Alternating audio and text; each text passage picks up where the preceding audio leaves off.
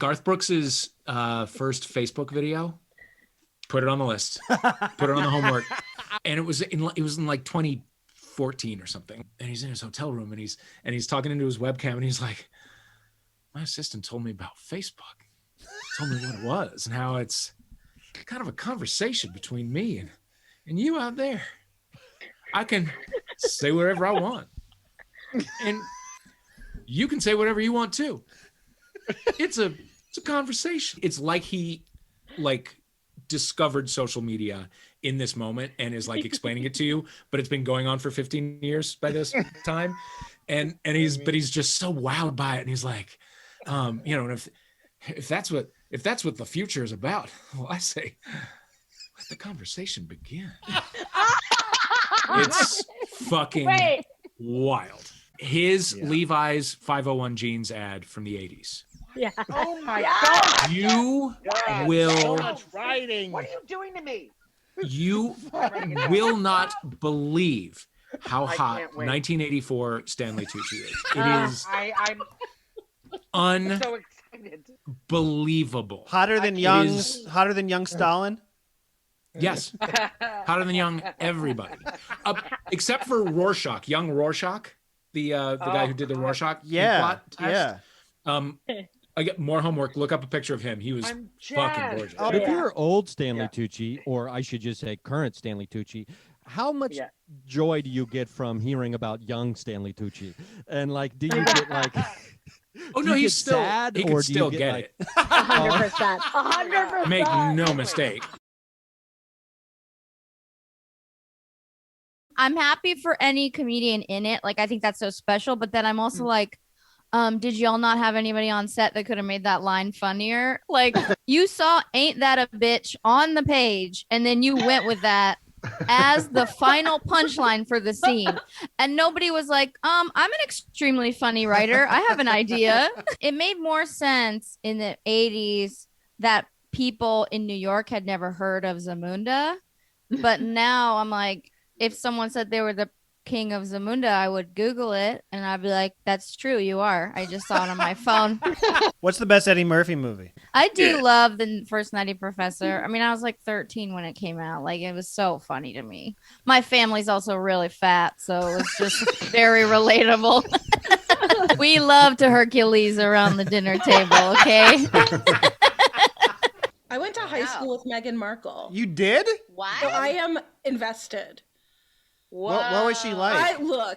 It's just, I don't think you should get to be a princess and the lead in your high school's musical, you know? So I'm really trying to see this through to the end.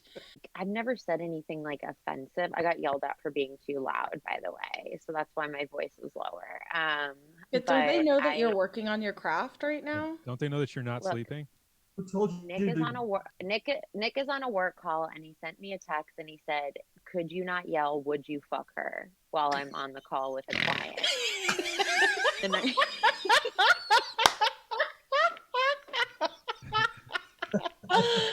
God bless Nick. Nick's the best. I refused to watch the trial of the Chicago 7 because I auditioned to play a Chicago cop. That's right. And I grew a mustache for the audition. And I thought I nailed it and didn't even get a fucking call back. So that movie could burn. Boycott it. Boycott the trial of Chicago 7. Kirshen, what'd you say? Did they ask you to grow a mustache? No, but I made a choice. You've been around Chicago cops, am I wrong? I have. I felt like I knew it more than those thespians that were waiting in the lobby. You know, I walked in with Italian beef dripping out of my face. And I thought that alone should give me the part. Do you know my story about the second time I did the den? Tell them about that. I had one set, my second time at the den, a year's worth of building my set and confidence was all out the window in one set. I had one primetime slot. I drew like a 20. Okay. Which it couldn't have been a 20. Sweet like in spot. Full room. In front of like all of these people who I wanted to impress, and I wanted their acceptance so badly in a city I wasn't even sure if I should have moved to. I had my entire just confidence ripped out in one set. Got no reaction to anything I said for 4 straight minutes was silence, silence, silence. Last punchline. Oh, jeez. Okay, no, I do remember that. Oh yeah, I remember that. What did I say? You go, oh, jeez.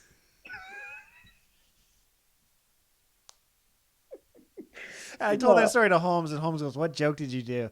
And I gave him like the shorthand for what I did, and he goes, which I'm not going to do. It's so bad. Yeah. Well, that's an odd geezer. It was so... He hates that story. It was the best thing that ever happened to me.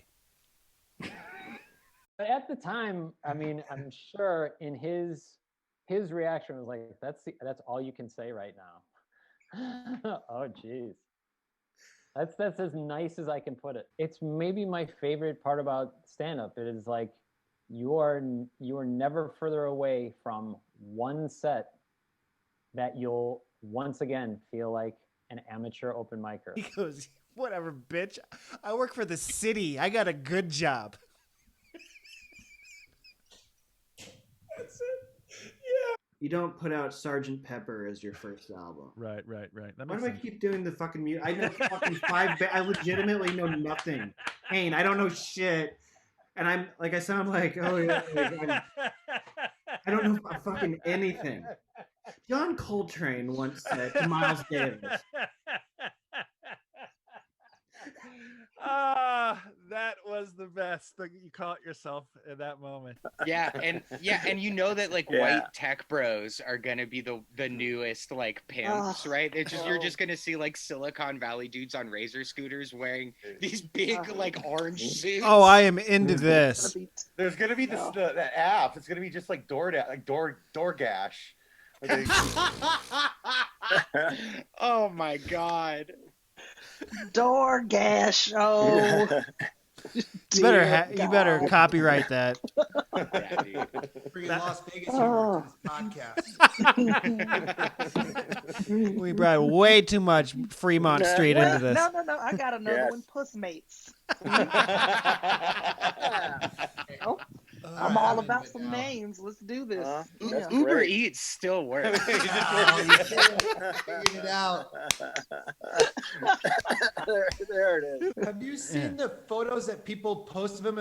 Look at how strong he is, and he yes, terrible, just in sweatpants, hunched over, waiting for a bagel at his fucking hotel. I've been saying this forever. They hate his body. He's like a dumpling. He's just there's he's so strong, and ow, he looks wet. He's not wet, but he looks wet. He just looks like a damp. Yeah, he looks like a bow. He looks like Bow. Chairman Bow, dude. You motherfucker looking like dim sum. He looks like a wet My Pillow, which is ironic. My boyfriend said that he was shaped like Mrs. Garrett from The Facts of Life, and I just couldn't handle it. Chris Wade, favorite conspiracy theory? My personal conspiracy one that I have been investigating involves Dwayne "The Rock" Johnson, and his cheat meals, which are a cornerstone of his Instagram brand, and I am fully convinced he does not consume. He had two bagels on a plate the other. Two bagels on a plate of pasta. He did not eat that. God damn it! What is this? Illuminati is a guy in the '60s being like, open it up and there's all the people. It's the church in the steeple. That conspiracy not true either. Those are just your fingers. He's from French Lick, and then he lived in my parents' neighborhood until a year ago, and we would see. I have a joke He about mowed his lawn or something. Nah, his ass too big. He don't be doing that. But